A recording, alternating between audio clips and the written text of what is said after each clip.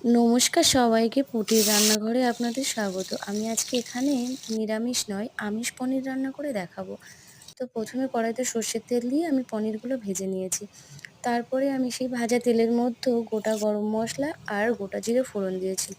তারপরে কেটে রাখা আলুগুলো দিয়েও ভেজে নিয়েছি। তারপরে কুচিয়ে রাখা পেঁয়াজ দিয়ে ভাজা করছি।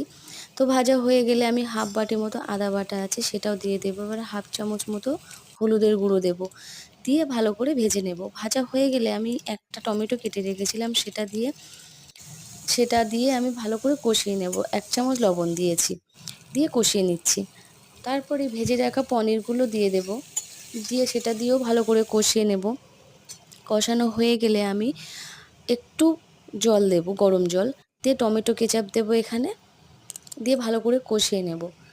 তো মশলাটার সাথে ভালো করে কষানো হয়ে গেলে আমি হাফ চামচ মতো লঙ্কার গুঁড়ো দেবো। এখানে আমি লঙ্কার পরিমাণটা একটু কম দিয়েছি, কিন্তু রান্নাগুলো বাচ্চারা খায় তো, তো একটু কম দিয়েছি। আপনাদের টেস্ট অনুযায়ী আপনারা লঙ্কা দিতে পারেন।